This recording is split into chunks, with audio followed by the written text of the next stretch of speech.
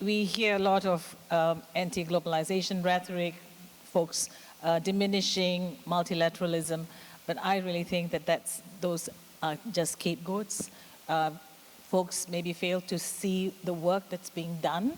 The APEC's strength really is in its power to convene meetings of relevant people, of politicians, of policymakers, of the business community. And I must say that of the various multilateral organizations, APEC stands out in its ability to engage directly with the private sector.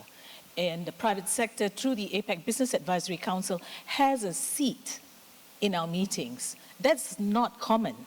You know, it's common to have policymakers huddle and discuss things among themselves. But the value that APEC brings is this. It's the ability to bring the voice of the private sector.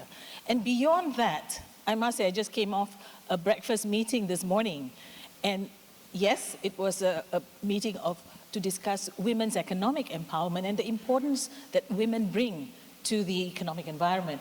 But what we had this morning, and that really touched me, was the voice of a leader, a youth leader, a teenager from a little town called Tumbes. I'm sorry if I got it wrong, Tumbes, in the north. And she shared with us the importance of hearing the voice of these young people and really, you know, talking about their challenges and bringing it to the surface. You feel it, so it's real, it's tangible.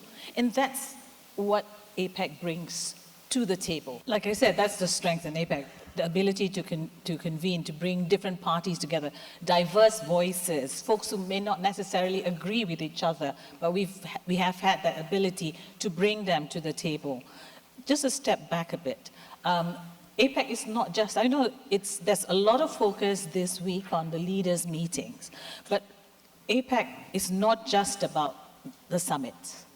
It's really a year-long process. It's really a continuous process. We have a clear vision that we've set for ourselves. You know, vision is a vision, but nothing comes out of it if you don't look to implement it. And APEC has, over the years, looked to implement at the very, not just at the 30,000 feet level of huge policies and broad policies, but really taking it down to the 3 feet level. Let me just give you one example. This is on diversity, for example. It's so easy to talk about diversity, inclusion, but what do you do at a level that people can relate and understand? And that's the strength of APEC. We have this big plan called the La Serena Roadmap for inclusive growth, women and inclusive growth. But you have to take it down. What we've done is we have actually a dashboard which looks at the various laws, regulations that we have in place, which make it a challenge for women to rise, for women to contribute more meaningfully. And these, it's evidence-based.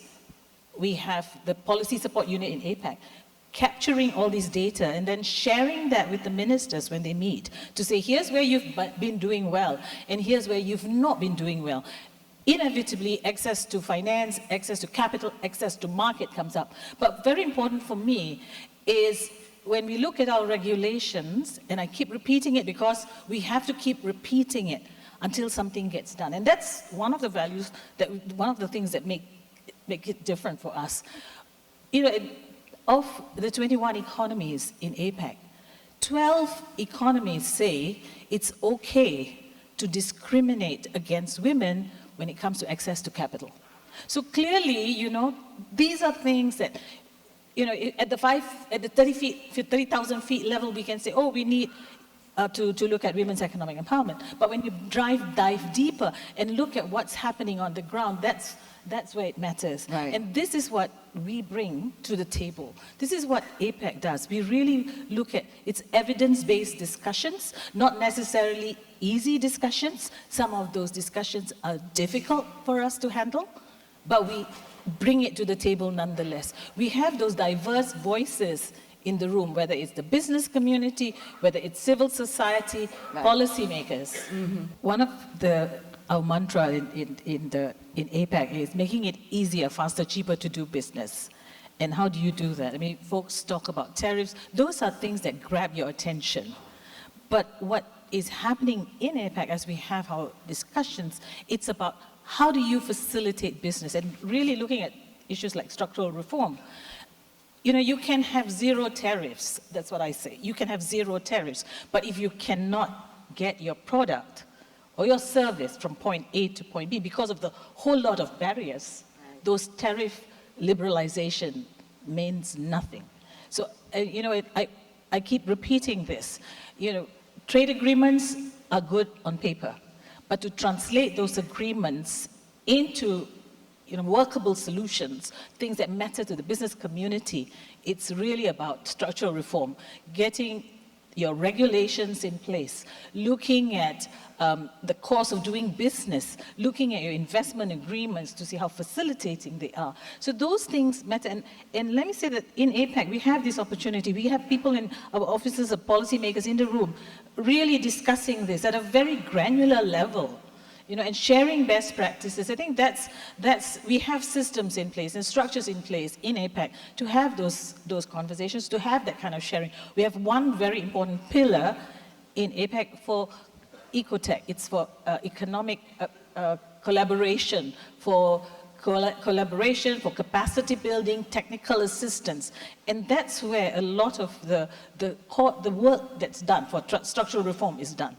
And if you look at how we've taken different aspects of trade and drilled it down to say, okay, here are the choke points. For example, when we look at supply chain connectivity, we have a dedicated group of policymakers working with the business community to look at choke points. What are the choke points that we need to really manage? The customs regulations, streamlining of processes, aligning our regulations, those things really matter for the business community. And that's happening in APAC. Unfortunately, sometimes these messages don't get out, but the louder noises of tariff tensions and stuff, and the geopolitical tensions, that grabs the attention, not the work that we are doing behind closed doors. Even as we talk about the money and the supply side issues, I think we must factor in the people. When you talk of investing in some of these extractive technologies and work that we're doing, the extractive investments, we must weigh in the impact on the environment. We must weigh in the impact on people. And I think sometimes, for economies, I know that the environmental impact assessments is a must-do. Yes. But I think over and above that, you also need to do a social impact assessment because some of these investments may cause displacements. And that is important. That causes a lot of upheaval in societies, and that's why I like what Peru is doing this year, this APAC for the People, really taking it down to the ground and saying, here's why we're having all these, the work that we're doing, all this engagement, it's for you. So how do you make sure they feel it? For me, it's like, how do you feel it on your skin, that this work that you're doing, that these transitions, these energy transitions will matter to me, will matter to the average person. And therefore, that combination of environmental impact assessment and social impact assessment is so important, has to be done together. You need to have capacity building, you need to have skills, reskilling, things, that huge focus on skills.